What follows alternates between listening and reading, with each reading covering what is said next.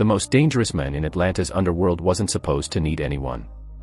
Kang Yijun, the ice-cold CEO whose name made grown men nervous, had built an empire on the principle that weakness was death and attachment was suicide.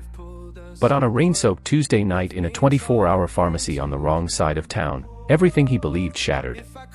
Because when his body betrayed him and darkness closed in, it wasn't one of his highly trained guards who saved him. It wasn't his loyal lieutenant or his family's private doctors. It was her. A pharmacy student with warm eyes and gentle hands who had no idea she'd just pulled the devil himself back from the edge. And now, Kang Yijun faced his most dangerous addiction yet, not power, not control, but the one woman who saw past his carefully constructed armor to the men suffocating beneath. Some obsessions, he was about to learn, were worth burning the world for. This is Ife and Yijun's story. And if you're still here by the end, you'll understand why some love stories don't follow the rules, they rewrite them. Let's go. Ife Okoro had exactly $43 in her checking account, a pharmacology exam in 6 hours, and the particular exhaustion that came from being the only black woman in most of her pharmacy school classes while working graveyard shifts to afford to stay in them. The East Side Pharmacy sat on the corner of Moreland and Memorial, the kind of neighborhood where people paid for insulin in crumpled bills and asked which generic was cheapest before asking if it would work. Ife knew this corner.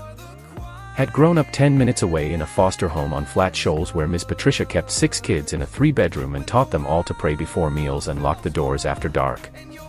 The night shift paid $3 more an hour. She needed those $3. She was highlighting drug interactions in her pharmacology textbook when the bell chimed. The men who walked in didn't belong.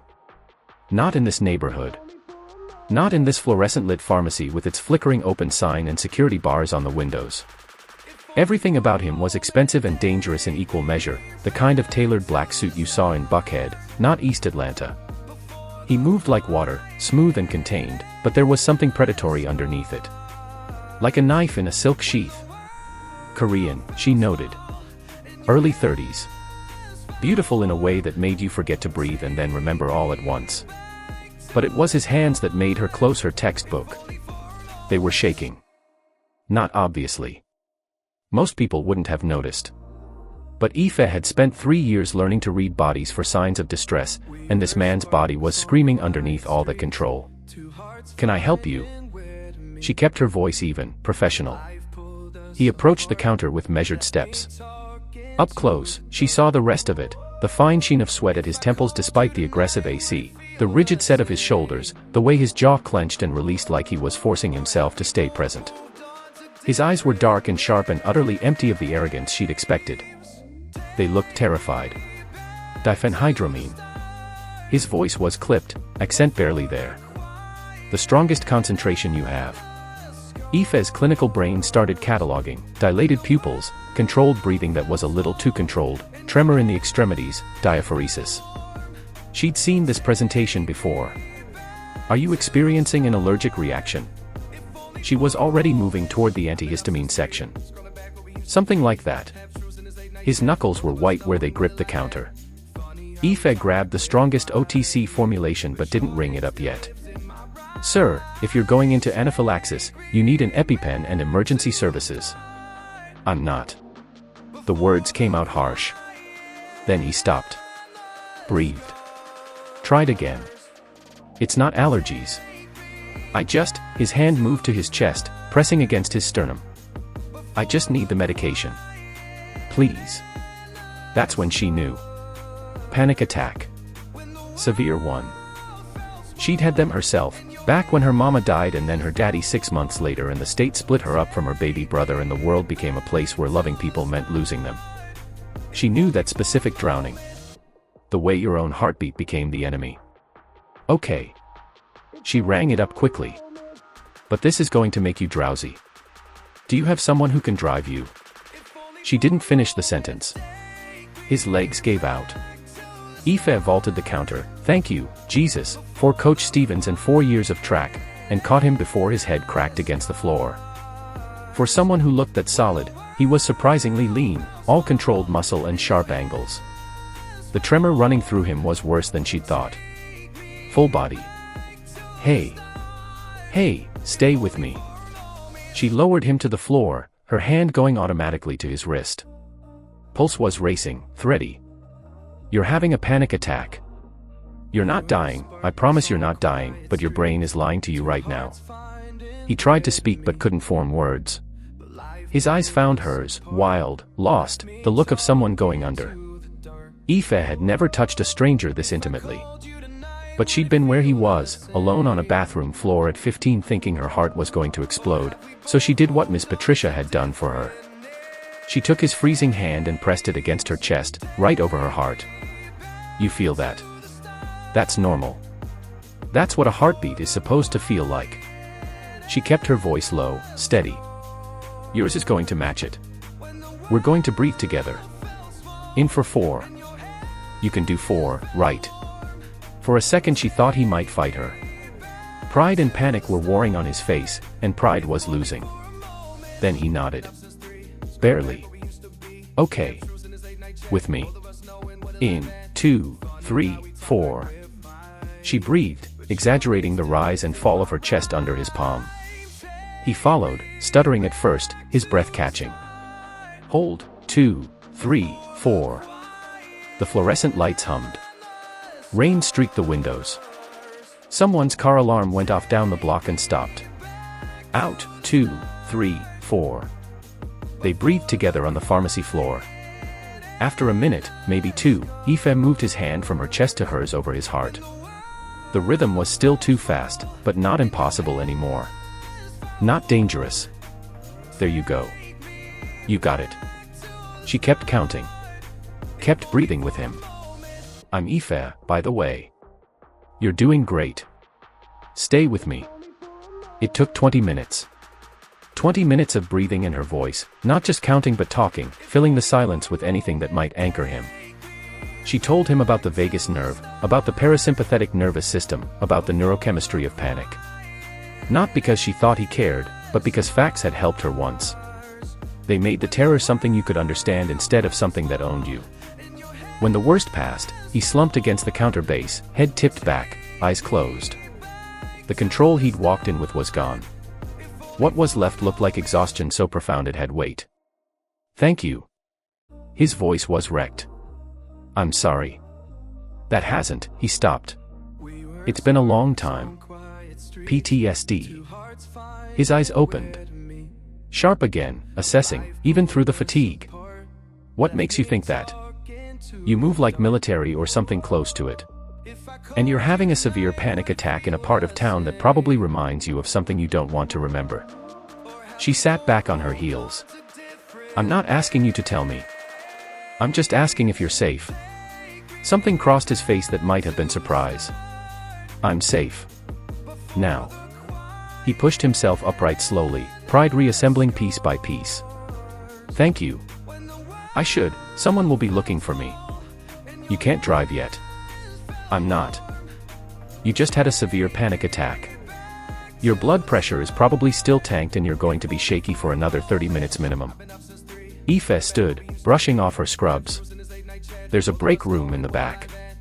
You can sit until you're stable, or I can call someone for you, or you can pass out in your fancy car in my parking lot and I'll call an ambulance. Pick one." They stared at each other. His mouth twitched. Not quite a smile, but close. "You're very direct. I grew up in Zone 3 and I've worked retail for 5 years. I don't have time for indirect." This time he did smile. Small, but real. "Break room, then." "Good choice." The break room was depressing even by break room standards, flickering fluorescent light, a table with one short leg, a refrigerator that hummed ominously, and a motivational poster about teamwork that someone had drawn a mustache on. Yijun sat in the plastic chair and accepted the water bottle she pushed into his hands. "Drink." He drank. Ife checked his pulse again, counting against her watch. Better. Still elevated, but not dangerous. "You get these often?" "No. Not anymore. But you used to." He was quiet for a moment, turning the water bottle in his hands. "I learned to manage it." "How?" "Control. Routine. Avoiding," he gestured vaguely. "Situations. And tonight. Tonight I didn't have a choice about the situation. He looked at her then, really looked, and Ife felt the weight of it. Like being seen through. Thank you. For not asking questions. For just helping. That's my job. No. His voice was quiet but certain. Your job is to sell medication. What you did was different. Ife shrugged, uncomfortable with the gratitude. You looked like you needed help. I helped. That's not complicated. It is where I come from. There was something in the way he said it that made her pause. Where do you come from? Seoul, originally. But I've been in Atlanta for 15 years. And in Atlanta, people don't help each other. In my Atlanta, people don't do things without wanting something in return. Ife studied him, the expensive suit, the way he held himself even exhausted, the careful distance he kept from real answers. What do you do? Import-export. That's vague. It's accurate. It's also what people say when they don't want to explain their actual job. His smile came back, a little wider this time.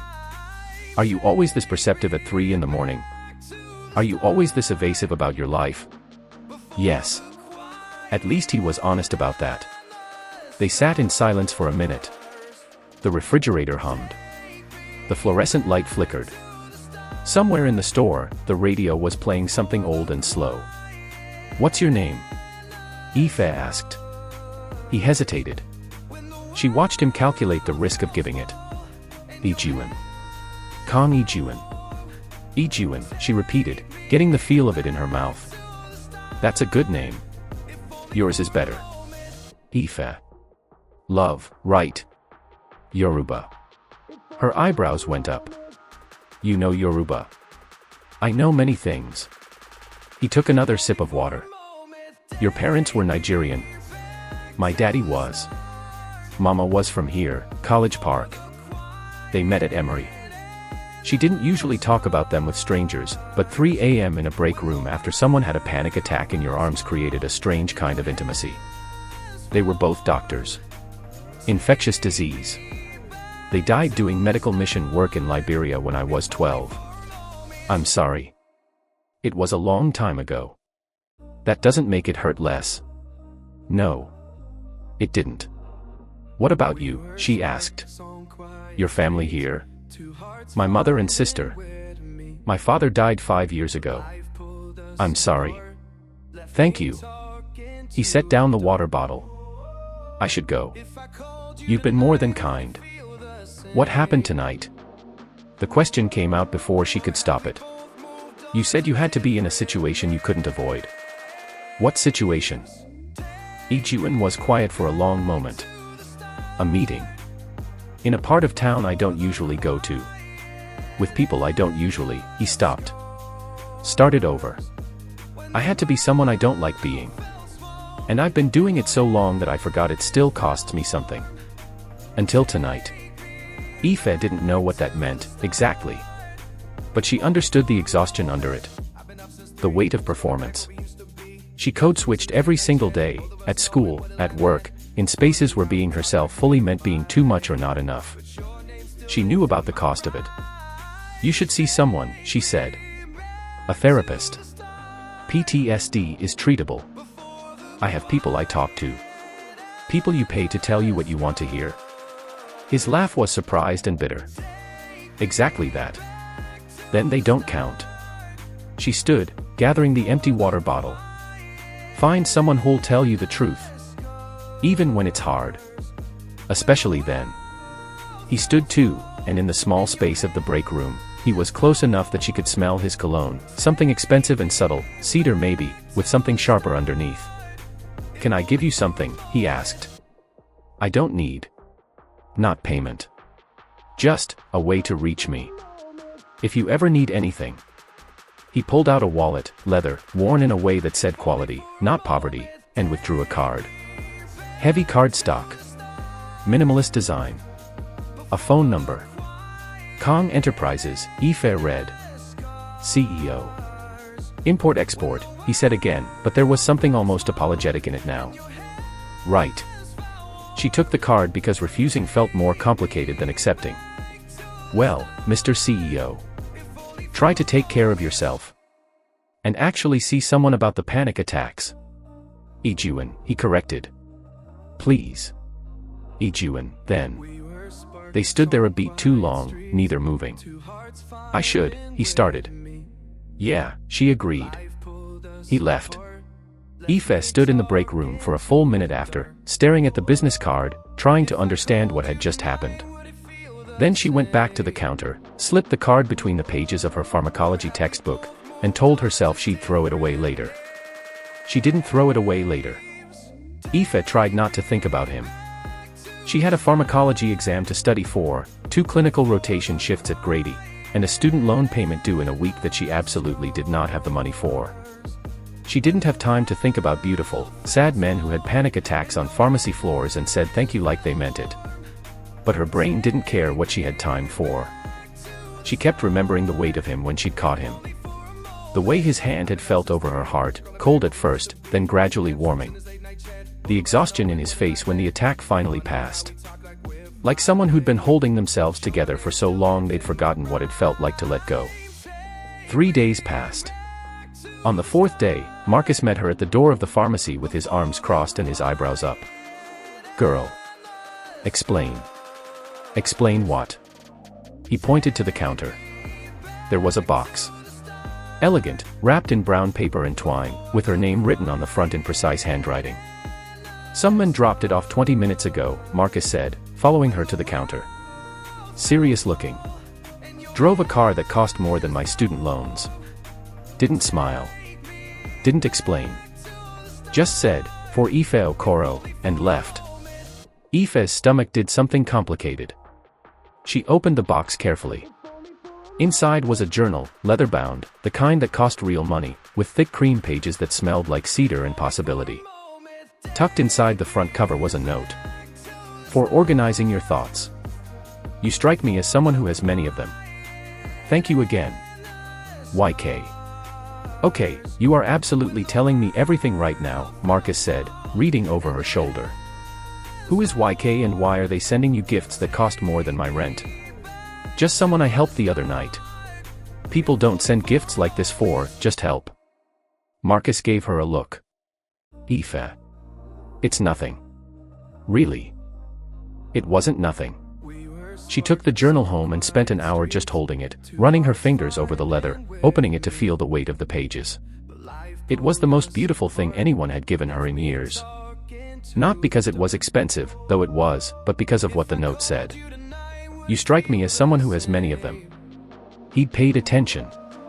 In 15 minutes on a pharmacy floor at 3 a.m., he'd seen her. She should return it. She didn't return it. That night, she opened it and started writing. The second gift arrived a week later. Ife was restocking shelves when Marcus called her to the counter, his expression somewhere between concerned and fascinated. Okay, this is officially weird. There was an envelope. Thick, formal. Inside was a donation receipt. $50,000 to the Atlanta Foster Youth Education Fund. In her name. Ife stared at the paper for a full 30 seconds, trying to make the number make sense. Is this real? She whispered. Marcus took the receipt, examined it. Looks real. Ife. Who is this person? I don't. She stopped. I need to make a phone call. She waited until her shift ended. Sat in her car in the parking lot with her phone in her hand for 10 minutes before she finally pulled out the business card she'd been carrying in her wallet and dialed. He answered on the second ring. Hello, Ife.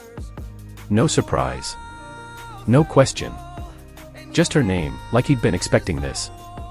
You can't do this, she said. Do what? This. The journal. The donation. You don't even know me. I know you saved my life. I helped you through a panic attack. That's not the same thing. It is to me. His voice was quiet, certain. You didn't ask for anything. You just helped. That's rare. In my experience. So you what? Google me. Find out what causes I care about and throw money at them. A pause. I overstepped. The simple acknowledgement took the wind out of her anger. Yes, she said. You did. I'm sorry. That wasn't my intention. Then what was your intention? Silence on the other end. Then, to say thank you in a way that mattered. I'm not good at, he stopped. I'm not good at this. At expressing gratitude without making it transactional. I'm sorry. Ife leaned her head back against the seat, closing her eyes. The money. It's real. Yes. It's going to help kids who are exactly where I was 10 years ago. I know. So I can't even be properly mad at you. She heard the smile in his voice. That was not my intention, but I'll accept it as a side benefit. Despite everything, she almost laughed. You're kind of manipulative, you know that. Yes. It's one of my less attractive qualities. I have several. I'm starting to see that. They were quiet for a moment. Ife listened to him breathe on the other end of the line and tried to figure out what she was doing. Can I ask you something? He said finally. You just gave $50,000 to a cause I care about. I think you've earned a question. Have dinner with me. Her heart did something stupid. Mr. Kang Yijun. I don't think that's a good idea. Why not? Because you're clearly someone important and I'm a broke pharmacy student who eats ramen 4 nights a week. Because you show up in expensive cars and make donations that cost more than I'll make in a year. Because, she stopped. Because I googled you too. And Kang Enterprises is a lot bigger than import-export makes it sound. All of that is true. So this doesn't make sense. Most things that matter don't. He paused. One dinner. Somewhere public. You can ask me any question you want and I'll answer honestly. And if at the end of it you never want to see me again, I'll respect that. Any question. Any question. Ife knew this was a bad idea. Knew it in her bones. But she was thinking about the way he'd looked at her in the break room, like she was someone worth being honest with. Like her bluntness was something valuable instead of something to manage. One dinner, she heard herself say. Tomorrow night. I work until 7. I'll pick you up at 7:30. After she hung up, Ife sat in her car and stared at the phone for a long time. This is a terrible idea, she said out loud to no one. Her heart disagreed. Yijun picked her up in a silver Audi, not the black Mercedes she'd been half expecting. He drove himself. No security, no driver, just him in dark slacks and a charcoal sweater that probably cost more than her textbooks but looked soft instead of sharp. He got out when he saw her coming, opened the passenger door. You look beautiful, he said. Ife glanced down at her green dress, thrifted from Ragorama in Little 5 Points, the nicest thing she owned. You look like you're trying not to scare me. Is it working? I'll tell you after dinner. He smiled, real and warm and entirely different from the controlled man who'd walked into her pharmacy 2 weeks ago. The drive took them to Virginia Highland, to a small restaurant tucked into a converted house with warm light spilling from the windows. The sign was in Korean and English, Minseo's. Your cousin's place, she asked, remembering what he'd said. My sister's, actually. She bullied my mother into backing it while she was home from Yale. It's one of the few places I can eat without performing. Ife understood performing. Must be nice. Having a place like that. It is. Though Minseo will absolutely interrogate you, so I apologize in advance. I can handle interrogation. The owner who greeted them was not his sister, a woman in her 50s with kind eyes and flour on her apron who took one look at Yijun and Ife and smiled so wide it transformed her face. She said something in rapid Korean. Yijun responded, his whole posture changing, softer, younger. The woman laughed and swatted his arm and turned to Ife. You are Ife, she said in accented English. He told me about you. He did. He said you saved his life. I think he's being dramatic, but, she shrugged. He's always dramatic. I'm Mrs. Song. Welcome. She led them to a corner table, away from the other diners, with a view of the rain starting to fall outside. The space was warm and lived in, nothing like the sterile elegance Ife had been expecting. There were photos on the walls, family photos, candid and real. Your sister looks like you, Ife said, spotting a young woman in several of them. Mincio got all the warmth in the family, Yijun said. I got the height. You're not that tall. I'm 5'11". That's not that tall. He laughed, and the sound did something dangerous to her chest. They ordered, he guided her gently through the menu, suggesting things without presuming, respecting when she chose for herself. The food came in waves, banchan, japchae, galbi that fell apart under her chopsticks. Ife had eaten Korean food before, but this was different. This was someone's grandmother's recipe. This was home. This is incredible, she said after the first bite. Mrs. Song was my mother's best friend in Seoul. She moved here when we opened this place 10 years ago. He poured her tea with the kind of automatic grace that spoke of ritual. When my father died, she fed us for 3 months straight. I think she was worried we'd forget how to eat. Did you? Almost. Ife heard the weight under the word. You were close. You and your father. Yijun's hand stilled on his chopsticks. No. But his death changed everything anyway. How? I inherited his company. His obligations. He stopped, searching for the word. His world. And you didn't want it. I didn't have a choice. Or, I had a choice, but it wasn't really a choice. My mother doesn't speak English well enough to navigate the business world here. My sister was 14. There were 60 families depending on Kang Enterprises for their income. I couldn't just walk away. Ife thought about all the times she'd wanted to walk away from pharmacy school, when the money ran out, when her advisor made a comment about diverse candidates, when she was the only black face in the room and everyone looked at her like they were waiting for her to fail. And she thought about why she never did. No, she said quietly. You probably couldn't. He looked at her like she'd given him something. They ate in comfortable silence for a minute. Then Ife said, you promised me honesty. Any question? I did. So here's my question. She set down her chopsticks, met his eyes. What do you really do? And I don't want the business card answer. I want the truth. Yijun was very still. If I tell you, he said finally, you'll leave. And I've only just found you. I'm not, he stopped. I'm not ready for that yet. Try me. I've seen things. Not things like this. Yijun. She said his name gently. I grew up in foster care in Zone 3. My first placement, I was 12 years old and the oldest kid's boyfriend was running pills out of the house. My second placement, the dad got arrested for check fraud and they split us all up in the middle of the night. I have been in rooms with dangerous people. I know what danger looks like. And you, she reached across the table, not quite touching his hand. You're a lot of things, but I don't think you're dangerous. Not to me. He looked at her hand, hovering near his. You might be wrong about that. Am I? A long pause. Then he took her hand, laced their fingers together. My grandfather started Kang Enterprises as a legitimate import-export business in the 70s, he said quietly. But when the IMF crisis hit Korea, he made certain choices. Partnerships with people who operated outside the law. By the time my father inherited the company, half our revenue came from ventures that couldn't survive legal scrutiny. Ife's heart was beating faster, but she didn't let go of his hand. What kind of ventures? Protection. Gambling. Pharmaceutical distribution with creative pricing structures. Import-export, but not the kind that gets declared at customs. He met her eyes. I inherited all of it.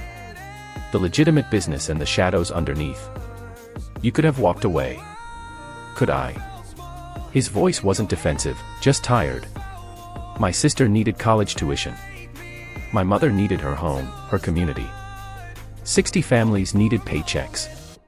And the partners my father worked with made it very clear that walking away wasn't an option. Not if I wanted my family to stay safe.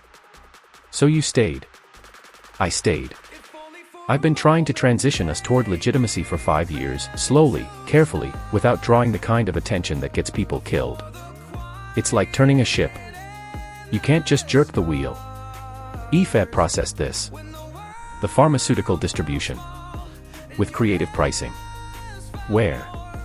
She watched him decide whether to lie. He didn't lie. Low-income neighborhoods across Atlanta. We act as a middle distributor and inflate prices at multiple points in the supply chain. Not enough to trigger regulatory review, but enough to, he stopped. Enough to matter. Neighborhoods like the one she grew up in. Neighborhoods where people chose between medication and groceries. Where her foster mother had rationed her blood pressure pills and ended up in the ER twice. Ife pulled her hand back. How long have you known about that specifically? She asked. 3 years. Since I did a full audit. And you're still doing it. I've reduced prices in 3 districts. I'm working on a 5-year transition plan. 5 years. Her voice was flat. 5 years of people dying because they can't afford insulin while you work on your transition plan. Ife. No. She stood up. I need air. She walked out of the restaurant into the rain, her thin cardigan immediately soaking through. She heard him follow, heard the door chime behind her. Let me explain. Explain what? She turned on him. Explain how you justify profiting from poor people's desperation. People like me, Yijun. People exactly like who I was. I know. Do you? Because from where I'm standing, you're just another rich man making money off people who don't have any. And you wrapped it up in a sad story about obligation and your sister's college fund, but that doesn't change what it is. Rain was running down her face, mixing with tears she hadn't felt start. You're right, he said. That stopped her. You're absolutely right, he continued. I've been telling myself it's complicated, that I'm doing the best I can with an impossible situation, that the 5-year plan is reasonable given the constraints. But you're right. People are dying. People like you. And I've been prioritizing my family's safety and my employees' livelihoods over their lives. He stopped. That's indefensible. Ife stared at him. I don't know what you want me to say, she whispered. I came here thinking, I don't know what I was thinking. That you were just a sad, lonely CEO with some family drama. Not this. I'm sorry. Sorry doesn't fix it. No. It doesn't. He stood in the rain, not trying to shield himself, just taking it. But I want to fix it. I don't know how yet, but you've shown me what it looks like. What I've been pretending not to see. And I can't unsee it now. Wanting to fix it isn't enough. Not when people are dying while you figure out how. Then tell me what enough looks like. Please. Ife wrapped her arms around herself. I don't know. I just know I can't be part of this. Whatever this is. I can't. She walked to the curb, pulled out her phone to call an Uber. Yijun didn't follow her this time. He just said, quietly, let me drive you home. Please. It's raining and it's late and his voice cracked slightly. Let me do that much. She should have said no. She let him drive her home. They didn't speak the entire way.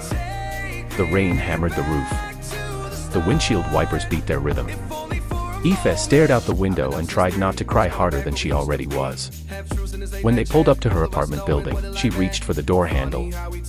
Ife. She stopped but didn't look at him. I know I have no right to ask anything from you, he said. But can I try?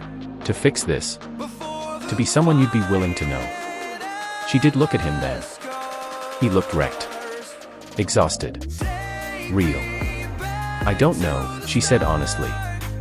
I don't know if I can watch you try and fail. I don't know if I'm strong enough for that. Okay. Okay. Okay. Thank you for your honesty. Thank you for tonight. For giving me a chance to tell you the truth. He gripped the steering wheel. I'm sorry I wasted it. Ife got out of the car. She was halfway to her building when she heard him say, so quietly she almost missed it. I love you. I should have said it before. I love you. She didn't turn around. She went inside, walked up 3 flights of stairs, let herself into her apartment, and stood in the dark living room while her roommate slept and cried until she couldn't breathe. Because she loved him too. And it didn't matter at all. Yijun sat in his office and watched the sun come up over Atlanta. He hadn't slept. Hadn't gone home. Had just driven from Ife's apartment to the Kang Enterprises building and taken the elevator to the top floor and sat in his chair in the dark, trying to figure out how to burn down everything his father had built. Because that's what it would take. He'd been lying to himself, pretending the 5-year plan was realistic, that slow transition was the smart move. But Ife had looked at him with tears running down her face and said people are dying, and he couldn't unhear it. People were dying. While he protected his comfort, his family's safety, his employees' jobs, while he played it safe. At 6 a.m., he called his head of legal. "I need you in the office. Now. And bring the pharmaceutical distribution contracts." At 7 a.m., he called his CFO. "I'm dissolving the pharma subsidiary. Today. I need projections on what that costs us." At 8 a.m., he called his mother. "Iyama. I need to move you to the Buckhead condo. Just for a few weeks." She argued. He expected that. She asked why. He didn't explain, just said, "Trust me. Please." At 9 a.m., he called an emergency partners meeting. By 9:30, his office was full of angry men. "You can't be serious," Park Juno said. He was the oldest, had worked with Yijun's father for 20 years. "Dissolving the pharma operation. Do you know what that costs us?" $8 million annually, Yijun said calmly. "I've run the numbers." "Then you've lost your mind." "No. I've been avoiding the truth for 5 years and I'm done." He looked around the room, 6 men who'd expected him to maintain his father's legacy, who'd built their own fortunes on the foundation of Kang money. "We're out. Effective immediately. I'm offering fair market buyouts to anyone who wants to continue the operation independently. But Kang Enterprises is done exploiting poor neighborhoods." "Exploiting?" Park's face went red. "We're providing a service. We're inflating prices on life-saving medication in neighborhoods where people can't afford it. That's not a service. That's extraction. And I won't be part of it anymore. Your father built this." "My father is dead." Yijun's voice was quiet but absolute. "And I'm building something different." The room exploded. Threats. Accusations of betrayal. Reminders of loyalty and obligation. One partner, Kim Sungjin, who'd always been the most volatile, stood up and said something in Korean that made the temperature in the room drop 10 degrees. Yijun responded in English, for the benefit of his legal team. "If you're threatening my family, say it clearly so my lawyers can document it." Kim went pale. "This meeting is over," Yijun said. "You have 48 hours to accept the buyout terms or retain your own counsel. We're done." He walked out of his own conference room and didn't look back. His phone rang 20 minutes later. "Minseo. Appa. What's happening?" "Iyama called me crying. Something about moving in danger and you won't explain." "I'm restructuring the business. There may be some blowback. The security on you is precautionary. This is about Ife, isn't it?" He closed his eyes. "This is about being someone worth respecting. You've always been worth respecting." "No, Minseo. I haven't. I've been someone worth fearing. That's different." He leaned back in his chair. "I'm trying to become the other thing. It's harder than I thought." His sister was quiet for a moment. Then, "Does she know you're doing this?" "No." "Are you going to tell her?" "No. This isn't, I'm not doing this to win her back. I'm doing it because she was right. Because I've been lying to myself and pretending it was strategy." He looked out at the city, at the neighborhoods miles below where people were waking up, going to work, trying to survive. "I'm doing it because it's right. Finally." "I'm proud of you," Minseo said softly. "Don't be. Not yet. Be proud when I've actually fixed it." "Okay. But Appa." "Yeah. For what it's worth, she'd be proud too. If she knew." After he hung up, Yijun sat in the silence of his office and let himself feel it. All of it. The fear, the grief, the strange lightness of having finally made a choice that aligned with who he wanted to be instead of who he'd been. It felt like falling.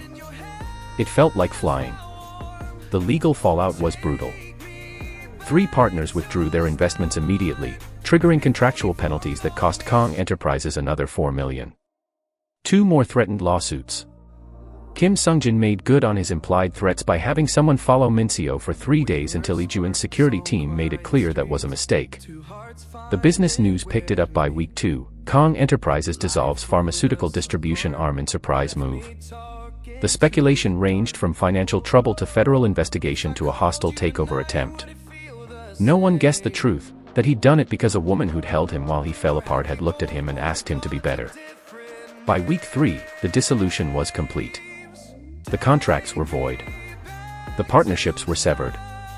Kang Enterprises was smaller, leaner, and entirely legal for the first time in 40 years. Yijun had never felt more exhausted. Or more certain. He didn't contact Ife. He wanted to, God, he wanted to. Wanted to call her and tell her what he'd done, prove that he'd listened, show her he could be the man she'd needed him to be. But he'd made her a promise. If you never want to see me again, I'll respect that. She'd said she didn't know if she could watch him try and fail. That was her boundary. He would honor it. Even if it killed him. Instead, he called community health centers. He sat in church fellowship halls and listened to people describe what pharmaceutical access actually looked like in underserved neighborhoods. He met with a woman named Dr. Carol Johnson who ran a community clinic in East Atlanta and asked her, bluntly, if you had unlimited resources, what would you build? She looked at him like he was crazy. Then she told him. He took notes. And slowly, carefully, he started building something new. Hey, if you're loving this story, I'd love to know. Drop a comment telling me what you think happens next. Okay, back to Ife. Ife threw herself into school the way you throw yourself into cold water, total immersion, no thinking, just the shock of it. She had midterms. She had clinical rotations. She had a research paper on pharmaceutical access disparities that was deeply, painfully ironic given everything. She did not have time to miss someone she'd known for a total of maybe 6 hours across 3 weeks. Her heart didn't care about her schedule. Marcus, to his credit, didn't push. He just left coffee on her end of the counter during slow shifts and didn't comment when she threw away the journal and then retrieved it from the dumpster at midnight because she couldn't stand the thought of losing it. You're allowed to be sad, he said once. Even if you were right about him. Being right doesn't feel like I thought it would, Ife admitted. It usually doesn't. She wrote in the journal late at night when she couldn't sleep. Wrote about her parents, about the work she wanted to do, about the community pharmacy she dreamed of opening someday in a neighborhood where people needed it. Wrote about a man with sad eyes who'd had a panic attack on her floor and then broken her heart by being exactly who she'd feared he was. Wrote about how much she missed him anyway. Her grades slipped. Not catastrophically, but enough that her advisor noticed. Dr. Patricia Chen called her in during week 4. Ife. What's going on? Nothing. I'm fine. Dr. Chen gave her a look. You're one of my strongest students. Your clinical evaluations have been exemplary. But you failed the last pharmacology quiz and you barely passed the therapeutics exam. That's not fine. Ife stared at her hands. I'm sorry. It won't happen again. I'm not asking for an apology. I'm asking if you're okay. Is it financial? Family. We have resources. It's personal. I'll handle it. Dr. Chen was quiet for a moment. Then she said, gently, you know, when I was in pharmacy school, I dated someone completely wrong for me. Brilliant man. Also deeply troubled. I spent 6 months trying to save him and almost failed out because I was so distracted. She smiled slightly. You can't save people who aren't ready to save themselves. And you can't let them take you down while you try. Ife's eyes stung. What if they are ready? What if they want to change but you don't know if you're strong enough to watch them do it? Then you have to decide if loving them is worth the risk of them failing. Only you can make that choice. Ife nodded, not trusting her voice. That night, alone in her apartment while her roommate was out, she unblocked Yijun's number. The messages loaded slowly. The pharmaceutical division is dissolved. Papers signed this morning. You were right. I'm not asking for anything. I just thought you should know. I've been meeting with community health advocates. Learning what I should have learned years ago. It's humbling. My mother is furious with me. The partners are threatening legal action. I've never been more certain of a decision in my life. I'm starting a foundation. Community Pharmaceutical Access. I was going to name it after you, but that felt presumptuous. Would you let me? It's okay if the answer is no. I miss you. Every single day. But I understand why you left. I hope you're taking care of yourself.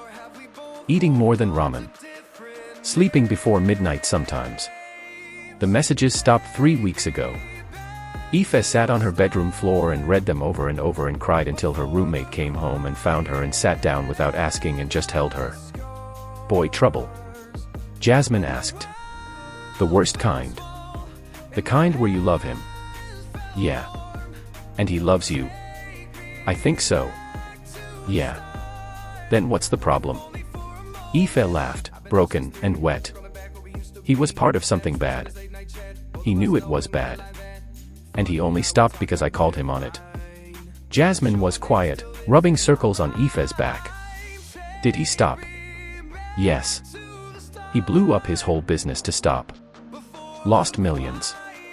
Made enemies. Protected his family and did it anyway. And you love him. So much I can't breathe sometimes. Then baby, Jasmine pulled back to look at her. What are you doing on this floor? Go tell him that. What if he hasn't actually changed? What if it's just performative? What if it's not? What if he's exactly who he's trying to be and you miss your chance because you're too scared to find out?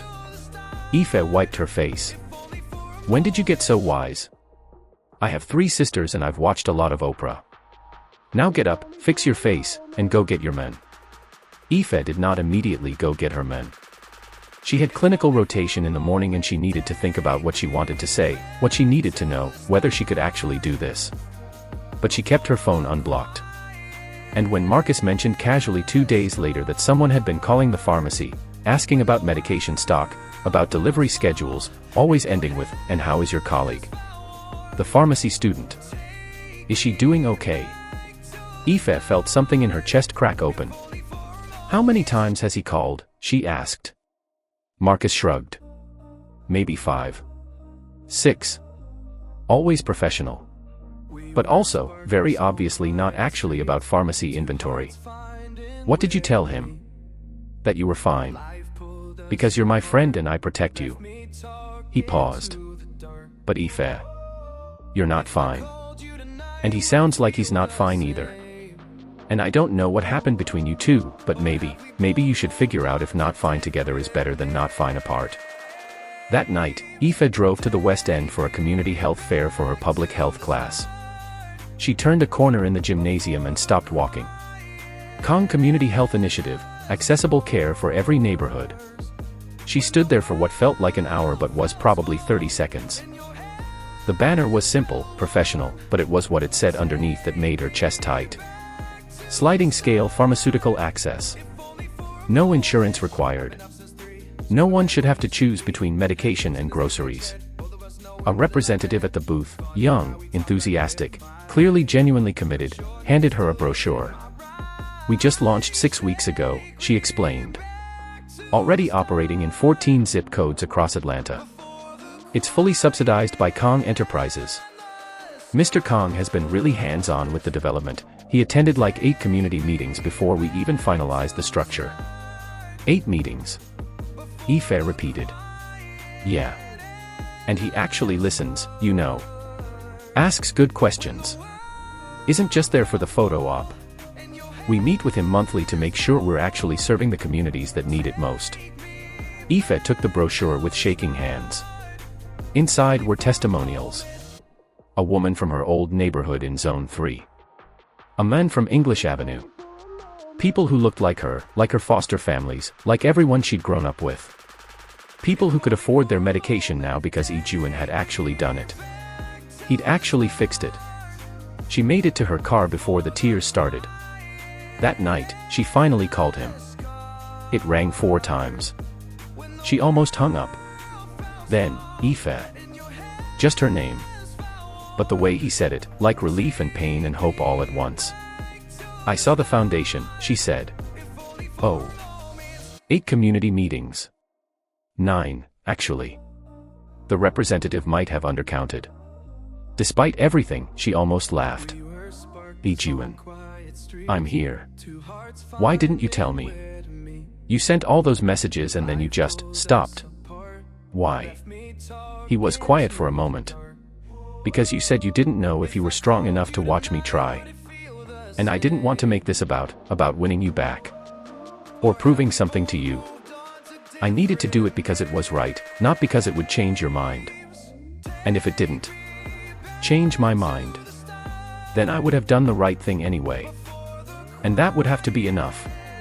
Ife closed her eyes, leaning against her steering wheel. I'm sorry. For what? For leaving without giving you a chance to show me who you could be. For being so angry I couldn't see that you were already trying. For, her voice broke. For not being brave enough to believe in you. Ife, no. You were right to leave. You had every reason to. Can I come see you? She interrupted. Silence. Now, he finally asked, and he sounded younger than she'd ever heard him. Now. If that's okay. I'll send you the address. His penthouse was in Midtown, floor-to-ceiling windows with the whole city spread below like something beautiful and breakable. She'd expected elegance. She got sterility. The space looked like a hotel room, expensive, impersonal, nothing that suggested anyone actually lived there. No photos. No mess. Just expensive furniture arranged in ways that looked good but not comfortable. Yijun stood in the middle of it looking exhausted and beautiful and so careful, like he was afraid one wrong move would make her disappear. Hi, he said. Hi. They stared at each other. I'm sorry, they both said at the same time. Then they both stopped. You first, Ife said. I'm sorry I lied to you. By omission, by avoidance, by telling myself the 5-year plan was reasonable when really I was just protecting myself. He stayed where he was, giving her space. I'm sorry it took losing you to make me do the right thing. You deserved better than that. I'm sorry I didn't give you room to be complicated, Ife said. I made you either perfect or irredeemable and that wasn't fair. People are messier than that. I know that. But I was scared and I made it simple so I could leave before you hurt me worse. I understand. I would have. I love you, she interrupted. He stopped breathing. I have been miserable, she continued. I failed a pharmacology quiz. I retrieved your journal from a dumpster at midnight in my pajamas. I unblocked your number and read your messages about 40 times each. I love you. And I'm terrified of what that means, but I'm more terrified of walking away again and spending the rest of my life wondering what if. Yijun crossed the room in 3 steps and pulled her into his arms. He held her like she was the only real thing in the world. Ife buried her face in his chest and breathed him in, cedar and laundry detergent and something underneath that was just him. I love you, he said into her hair. God, Ife. I love you so much. This is going to be complicated, she said, not pulling away. I know. Your family. The cultural stuff. My schedule, your work, all of it. I know. Your mother doesn't like me. My mother hasn't met you. She'll come around. You don't know that. No, he agreed. But I'm choosing to believe it anyway. And if she doesn't, he pulled back enough to look at her. Then we'll figure it out. Together. No more managing things alone. No more pretending the weight isn't there. We carry it together or we put it down. Ife looked up at him, at the certainty in his face, at the way he was looking at her like she was something precious. Okay, she said. Okay. Okay. Let's try. Let's figure it out. He kissed her then, soft and careful and perfect. And Ife let herself fall. If Ife thought the hard part was over, meeting Mrs. Kang 2 weeks later corrected that assumption real fast. Yijun had tried to prepare her. My mother is traditional. She has very specific ideas about what my life should look like. But she's not unkind. She'll be polite. Polite isn't the same as accepting. No. But it's a start. The Kang house was in Buckhead, the kind of neighborhood where the lawns were professionally maintained and the houses sat far back from the street. Traditional Korean architecture blended with Southern colonial, elegant, expensive, imposing. Ife wore her best dress and straightened her hair and hated that she'd done both. "You look beautiful," Yijun said, reading her discomfort. "But you don't have to. I'm meeting your mother. I can make an effort. She should accept you however you come." "Yeah, well. We don't live in that world." He took her hand. "We could." Mrs. Kang answered the door herself, petite, elegant, with Yijun's eyes and an expression that gave nothing away. She greeted her son in Korean, warm, familiar, and then turned to Ife. "Miss Okoro," she said in careful English. "Please, come in." The house was beautiful. Traditional Korean furniture mixed with antiques that looked like they'd been in the family for generations. Everything was spotless, arranged just so, the kind of home that looked like a museum. They sat in the formal living room. Mrs. Kang served tea with practiced grace. The silence was excruciating. "Your home is lovely," Ife said, because someone had to say something. "Thank you. It was my husband's choice. I preferred something smaller, but," she gestured vaguely. He had a certain image to maintain. There was something in the way she said it. Not resentment, exactly. But not quite acceptance either. Yijun said something in Korean. His mother responded, her tone gentle but firm. They went back and forth for a minute, the language creating a wall Ife couldn't cross. "I'm sorry," Yijun said finally, switching back to English. "My mother was asking about your family." "It's okay. You can ask me directly, Mrs. Kang." The older woman's expression flickered with something, surprise, maybe respect.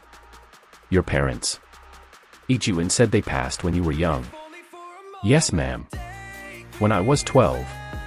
They were doctors, infectious disease specialists. They died doing medical mission work in Liberia. That must have been very difficult." "It was. But they died doing what they believed in. That's something." Mrs. Kang was quiet for a moment. "And you are studying to be a pharmacist?" "Yes, ma'am. I'm in my final year." "And after? What will you do?" Ife felt the weight of the question, the assessment underneath it. "I want to open a community pharmacy. Somewhere that serves people who can't always afford their medications. Make healthcare more accessible. That is admirable. But not very profitable." "No, ma'am. It's not." Mrs. Kang's expression was unreadable. She poured more tea. The afternoon dragged on, polite conversation, careful questions, long silences that felt like tests Ife wasn't sure she was passing. Yijun tried to bridge the gap, but some things couldn't be bridged with translation. When they finally left, Ife felt exhausted in a way that had nothing to do with lack of sleep. "That was," Yijun started. "Brutal," Ife finished. "Your mother hates me." "She doesn't hate you." Yijun. "She asked about my family, my career plans, and my intentions toward you like she was interviewing someone for a job I'm not qualified for." Ife leaned her head against the car window. "She thinks I'm wrong for you. And maybe she's right." "She's not right." "How do you know?" He pulled the car over, turned to face her. "Because I know what right feels like now. It feels like you. And my mother is scared I'm making choices that will hurt me, hurt the family, disrupt everything she knows. But fear doesn't make her right. What if she never accepts me? Then I'll love you both and hope that eventually love is enough to build a bridge." He took her hand. "But Ife, I'm not giving you up because my mother needs time to adjust to the fact that my life isn't going to look like my father's. That's not negotiable." Ife wanted to believe him. But she'd seen the look on Mrs. Kang's face. That wasn't, "needs time to adjust." That was, "this will never be acceptable." "Okay," she said anyway, because what else could she say? But the doubt had taken root. Mincio was a completely different experience. She ambushed them at brunch 2 weeks later, showed up unannounced at Mrs. Song's restaurant with a delighted grin and entirely too much energy for 10 a.m. on a Saturday. "Oh my God, you're real," she said, sliding into the booth next to Ife without asking. "I was like 60% sure he made you up." "Minseo," Yijun started. "Appa, shush. I'm talking to Ife." She turned, giving Ife her full attention. "Okay, real talk. What's your deal? Are you actually into him or are you just attracted to the whole tortured CEO with a dark past thing? Because I love him but I'm not blind to the appeal." Ife laughed, surprised and genuine. "I'm actually into him. The tortured part is kind of a complication, not a selling point." "Good answer." Minseo stole a piece of japchae from Yijun's plate. "He's been different since he met you. Like, lighter. Less like he's carrying the world on his shoulders all the time. I don't know if I can take credit for that." "You can. He dissolved a multi-million-dollar operation because you told him it was wrong. That's," she gestured expressively. "That's huge. Our dad built that operation. Yijun has been trying to honor his memory while also not being him, and it's been destroying him for years.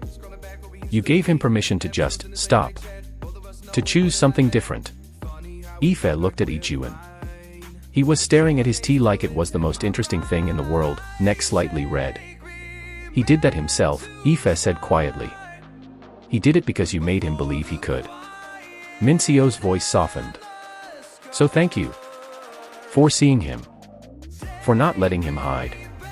Later, after Minseo left, with promises to get coffee soon and unsubtle threats about what would happen if Ife hurt her brother, Yijun walked Ife to her car. "I'm sorry about my sister," he said. "She has no sense of boundaries. I love her. She's perfect. She's a menace. She loves you. That makes her perfect in my book." Yijun pulled her close, right there in the parking lot in broad daylight, and kissed her forehead. "One down, one to go. Your mother is never going to approve of me. Then we'll live with her disapproval. Together." Ife wished that sounded as simple as he made it seem. The problem with loving someone from a different world was that eventually, the worlds collided. It started small. Comments from her classmates about the car that picked her up sometimes. Whispers when she mentioned where she'd had dinner. The way her study group got quiet when she walked into the room, then smiled too bright and changed the subject. "They think you're selling out," Marcus said bluntly one night at the pharmacy. "Dating some rich CEO while the rest of us are drowning in loans." "I'm drowning in loans too." "Yeah, but you could not be. If you asked him."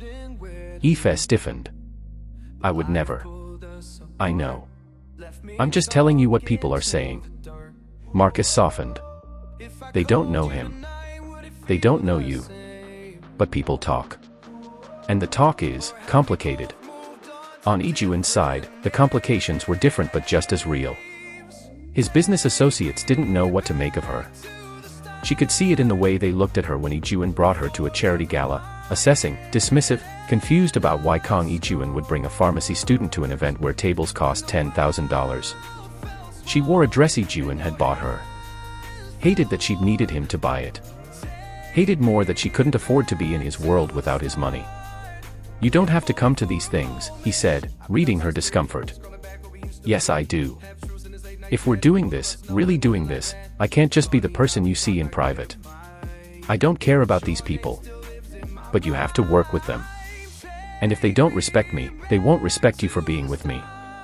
He pulled her aside, into a quiet corner away from the crowd. "I need you to hear this. I don't care if they respect my choice. I care that you're okay. And you're not okay right now. I'm fine. Ife." She looked away. "I don't fit here. You have to know that. Everyone in this room knows it. I'm wearing a dress you bought because I couldn't afford one nice enough for this event. I don't know which fork to use. I don't know these people's names or why they matter. I'm just," her voice cracked. "I'm trying so hard and I still don't fit. You don't have to fit. You just have to be yourself. Myself isn't enough for this world. Then maybe it's the wrong world." He said it like it was simple. Like he could just walk away from all of it. But Ife knew better. This was his world, the business dinners, the charity galas, the expectations and obligations. She couldn't ask him to give that up. Wouldn't. But she didn't know if she could keep living in the gap between who she was and who his world needed her to be. The fight happened 3 months in. Ife's student loans came due, the first payment on the massive debt she'd accumulated getting through pharmacy school. She'd been budgeting for it, saving every spare dollar, but a car repair the month before had wiped out her buffer.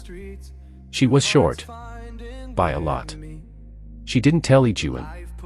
But he noticed anyway, because he noticed everything. "Let me help," he said when he found her crying over her laptop at 2 a.m., looking at her bank account. "No. Ife. No. I'm not. I can't let you pay for this. I can't." "Why not?" "I have the money." "You need the money."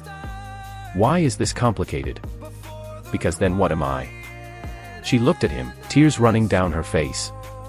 "What am I if you're paying for my school, buying my dresses, fixing all my problems with your credit card?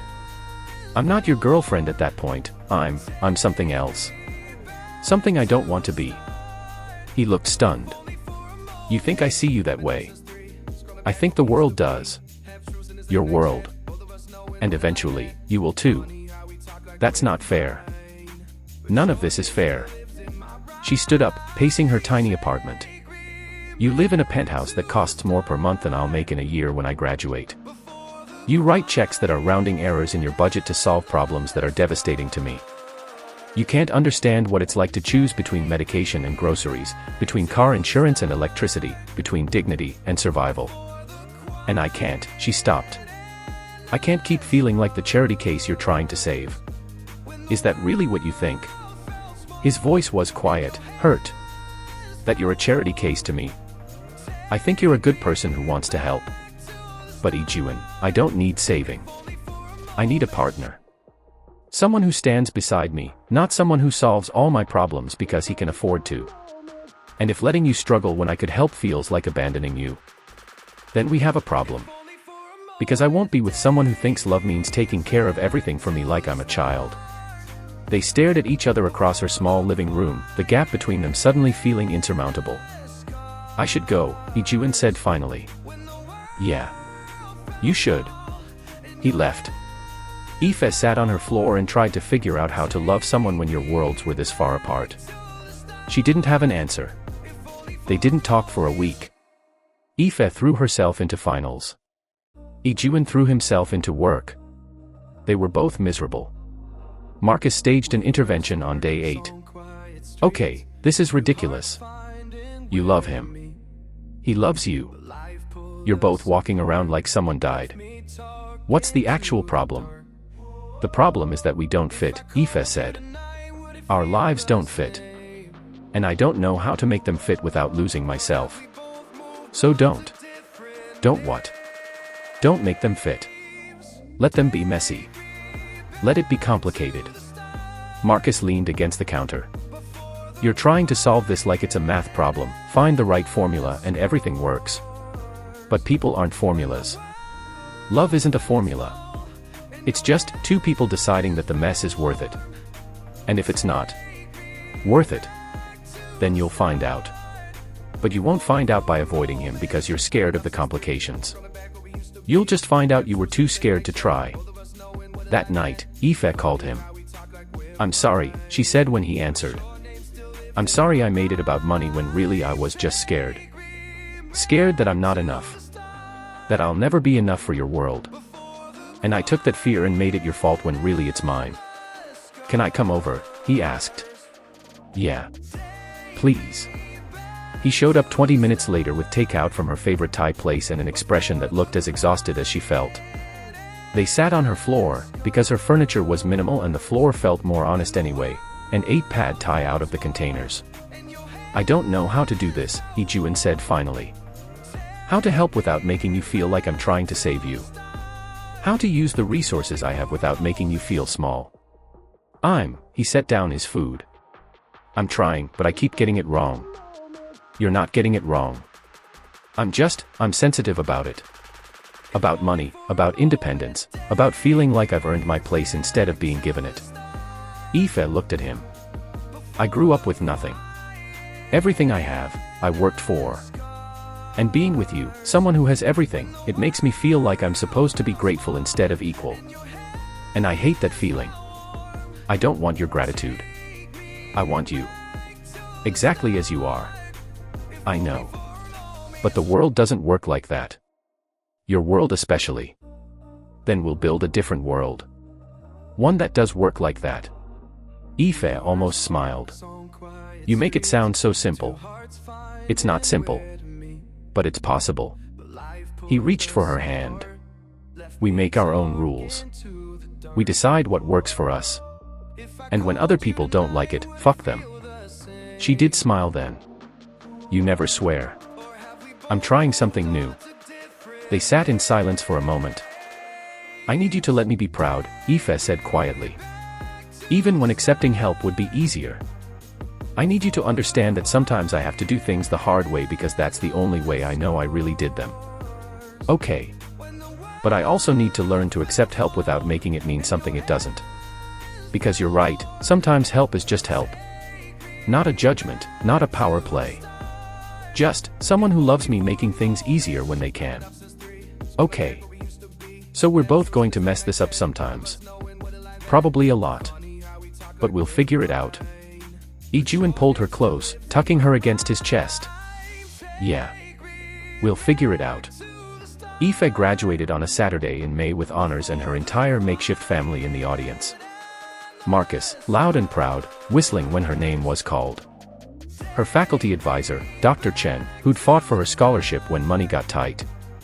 Miss Patricia, her first foster mother, who'd driven up from College Park and cried through the whole ceremony. Jasmine and her other roommates, filming everything on their phones. And Yijun, Mincio, and Mrs. Kang. Mrs. Kang had come. Ife hadn't expected that. After the ceremony, they all went to Mrs. Song's restaurant, crammed into the private room, loud and chaotic and perfect. Miss Patricia and Mrs. Kang sat next to each other and communicated in broken English and hand gestures and somehow understood each other perfectly. Your foster mother is lovely, Mrs. Kang said to Ife later, and there was something softer in her expression than Ife had seen before. She saved me, Ife said simply. When I had no one, she gave me somewhere to belong. Mrs. Kang was quiet for a moment. I understand this. When we came to America, we had very little. The Korean community, they became our family. Mrs. Song, others. They gave us belonging when everything was strange. It was the most personal thing Mrs. Kang had ever said to her. Thank you for coming today, Ife said. It means a lot. You are important to my son. So you are important to me. Mrs. Kang paused. I have not been welcoming. This is my fault. I was afraid of change. Afraid of losing him to someone I didn't understand. But I see now, you do not take him from me. You make him better. Happier. Ife's eyes stung. I love him. Very much. I know. This is why I am trying. Mrs. Kang's smile was small but real. It is hard for me. But I am trying. That's all I can ask. The community pharmacy opened 6 months later. Ife had found the space in East Atlanta, a former convenience store on Flat Shoals, 2 blocks from the foster home where she'd lived at 15. It needed work. A lot of work. But it was hers. She'd gotten loans. Grants. Fundraising from the community. And a silent partner investment from Kang Enterprises that Yijun swore came with no strings attached. You're sure? She'd asked. I'm sure. This is a business investment. You have a solid plan, an underserved market, and the expertise to make it work. I'd be an idiot not to invest. And it has nothing to do with the fact that you're sleeping with the owner. That's just a very attractive fringe benefit. She'd thrown a pen at him. The pharmacy was everything she'd dreamed of: sliding scale pricing, free medication counseling, a community space in the back for health education. She hired 2 pharmacy techs from the neighborhood. Set up a partnership with Grady Hospital for discharge planning. Built relationships with community health centers and churches and schools. It was hard work. Exhausting work. Work that would never make her rich. It was perfect. The ribbon cutting was on a Saturday morning in October. The whole neighborhood came, people she'd grown up with, people she'd gone to school with, people who'd watched her grow up in foster care and probably never expected her to make it out. Miss Patricia cut the ribbon because Ife couldn't imagine anyone else doing it. "I am so proud of you," Miss Patricia whispered, hugging her tight. "Your mama and daddy would be so proud." Yijun stood at the edge of the crowd with Mincio, watching. He'd offered to stand with her for the photos, for the press. She'd told him this moment belonged to the community she was serving, not to her boyfriend's business empire. He'd understood immediately. Which was, she thought, exactly why she loved him. Later, after the crowd thinned and the news crews left and the last community member had taken their tour, Ife sat on the counter of her pharmacy and just breathed. Yijun found her there. "You okay?" he asked. "I'm perfect. This is," she gestured around. "This is everything I wanted. You did this. You built this. We built this. You, me, the community. All of us." He crossed the space, stood between her knees where she sat on the counter. "I have something for you. If it's expensive, I'm throwing it at your head. It's not expensive. Or, it is, but not in the way you're thinking." He pulled out a small box from his jacket pocket. Ife's heart stopped. "Yijun. Let me do this before I lose my nerve." He opened the box. Inside was a ring, simple, elegant, a single stone on a delicate band. "Ife Okoro. You saved my life in a pharmacy at 3 in the morning and then you changed it. You showed me who I could be and you didn't let me hide from it. You challenged me and frustrated me and made me want to be better, not because I had to be, but because you made me believe I could be." He took her hand. "I don't fit perfectly in your world and you don't fit perfectly in mine, and that's okay. We'll build something new. Something that's ours. Where the rules are different and love is enough and we figure it out together, even when it's messy. Especially when it's messy." He looked at her with everything he was right there in his eyes. "Marry me. Please. Let me spend the rest of my life trying to deserve you." Ife was crying. "You already deserve me, you idiot. Is that a yes?" "Yes. God, yes. Obviously yes." He stood and kissed her thoroughly, right there in her pharmacy with the last of the Atlanta evening sun coming through the windows. When they finally pulled apart, Ife looked at the ring on her finger. Perfect, simple, exactly right. "Your mother is going to lose her mind," she said. "My mother is going to come around. Eventually. And if she doesn't," he shrugged, "we'll love her from a distance and build our life anyway. That's very evolved of you. I'm trying this new thing where I don't let fear make my decisions. How's that going?" "Terrifying. Also amazing." He kissed her forehead. "Mostly amazing." The engagement party was a compromise. Mrs. Kang wanted a formal affair, traditional Korean ceremony, important business connections, the kind of event that made a statement about the Kang family's standing. Ife wanted a backyard barbecue with her community. They did both.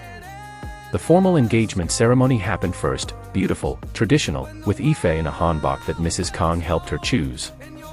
The older woman had softened over the months, slowly, in small ways that added up. She taught Ife Korean phrases. She shared stories about Yijun's father, about their early days in America, about the loneliness of being foreign in a place that didn't quite see you. "I was young when I came here," Mrs. Kang said one afternoon while they were wedding planning. 23. "I spoke maybe 50 words of English. Everything was strange. I missed home so much I would cry at night." "How did you survive it?" Ife asked. "I found community. Other Korean families. We helped each other. We kept our culture alive together." She paused. "I was afraid, when Yijun started seeing you, that he would lose his culture. Become too American. Forget who he is. I would never ask him to do that. I know this now. You honor where he comes from. You ask questions. You learn. This is," she searched for the word. "This is respect. Real respect. I love him. All of him. That includes his culture, his language, his family. I can't love him and ignore the things that made him. Mrs. Kang's eyes were bright. This is why I know now, you are right for him. You see all of him. Not just the parts that are easy. The formal ceremony was beautiful. Traditional. Ife felt like she was play acting in some ways, going through motions of a culture she was still learning, but Mrs. Kang guided her gently, and Yijun held her hand through all of it, and it felt less like performance and more like bridge building. The backyard party the next day was everything else, Miss Patricia's house in College Park, packed with everyone Ife had ever loved. Soul food and Korean food side by side on folding tables. Gospel music and K-pop. Her old foster siblings, Marcus, and her pharmacy school friends, Dr. Chen, the staff from her community pharmacy, the health fair organizers, church ladies who'd known her since she was 12. Yijun moved through it all with the same focused attention he brought to everything, learning names, asking questions, genuinely engaging. She watched him talk to Miss Patricia about her garden, to Marcus about basketball, to one of her former foster brothers about cars. Watched him be himself in her world the way she'd learned to be herself in his. He's good people, Miss Patricia said, appearing at Ife's elbow. Your daddy would have liked him. Your mama too. You think so? I know so. They would have seen what I see, a man who loves you enough to do the hard work. The work of showing up, of learning, of choosing you every day even when it's complicated. She patted Ife's hand. That's the kind of love that lasts. The wedding was 8 months later. They did 2 ceremonies again, traditional Korean and a church service at Miss Patricia's AME church in College Park, where Ife had been baptized at 13 and where the congregation had prayed her through every hard thing since. Pastor Williams married them with Miss Patricia crying in the front row and Mrs. Kang dabbing her eyes beside her and Mincio filming everything while trying not to sob. Love is work, Pastor Williams said in his homily. Don't let anybody tell you different. It's work to see someone fully. Work to honor where they come from. Work to build something new together when your worlds don't quite fit. But it's the best work you'll ever do. Because love, real love, the kind that lasts, isn't about finding someone perfect. It's about finding someone worth doing the work for. He looked at Ife and Yijun. You two have different backgrounds. Different cultures.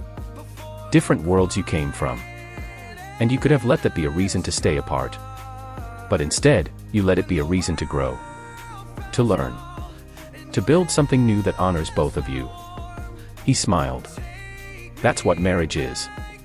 Not 2 people becoming one. But 2 people staying fully themselves while building something together that neither could build alone. When they said their vows, Ife cried through hers. I promise to challenge you when you need it and support you always. To honor your culture and mine and the new one we're building together. To let you help me sometimes and to stay proud anyway. To be your partner, not your project. To love you messily and honestly and completely, for the rest of my life. Yijun's voice was steady but his hands shook when he took hers. I promise to see you. All of you. To listen when you tell me hard truths. To do the work of being worth your love every single day. To build a life with you that's big enough for both our dreams. To carry weight with you instead of for you. To love you exactly as you are, for the rest of my life. When Pastor Williams pronounced them married, the church erupted.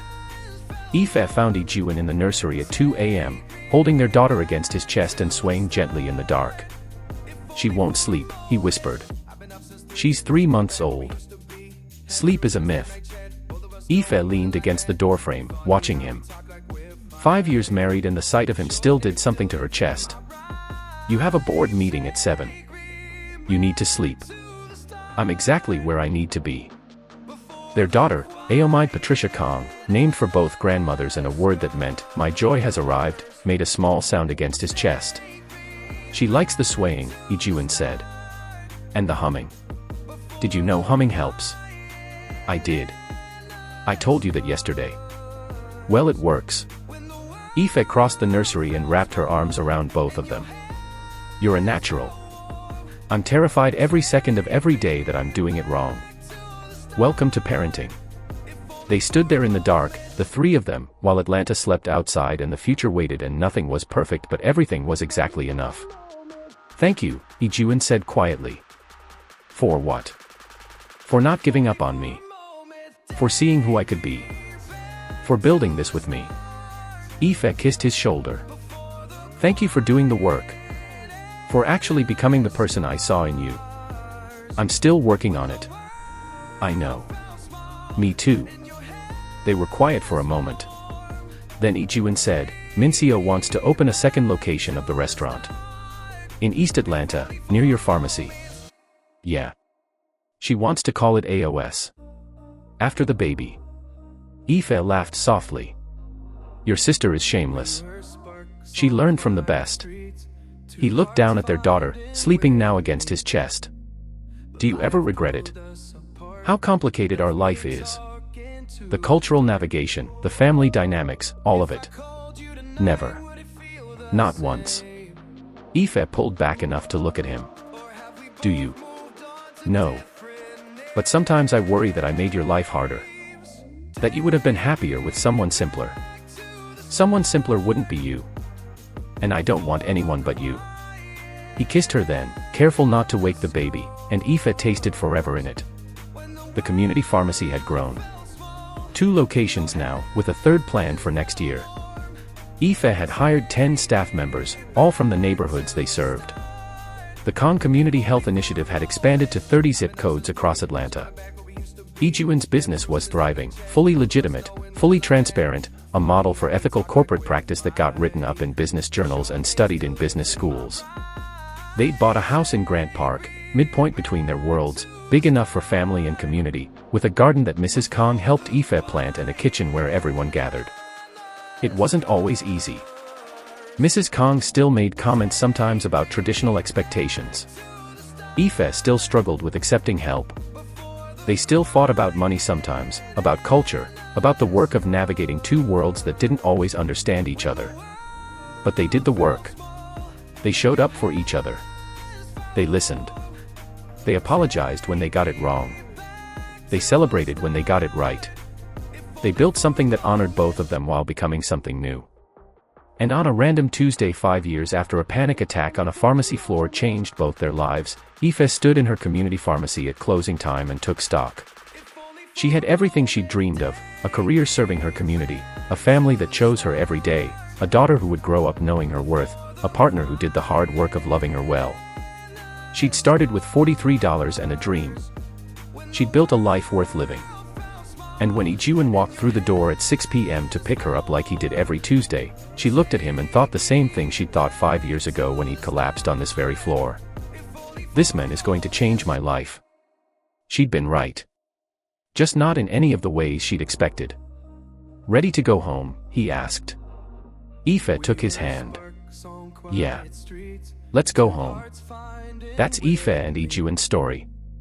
From a pharmacy floor at 3 in the morning to a love that rebuilt them both from the inside out. 2 people from completely different worlds who chose to do the hard work of meeting each other where they were and building something new together. If this story moved you, I'd love to hear about it in the comments. What was the moment you knew they'd make it? And hey, if you want to see more stories like this, subscribe. It genuinely helps. Thanks for being here. Until next time, keep believing in love that does the work.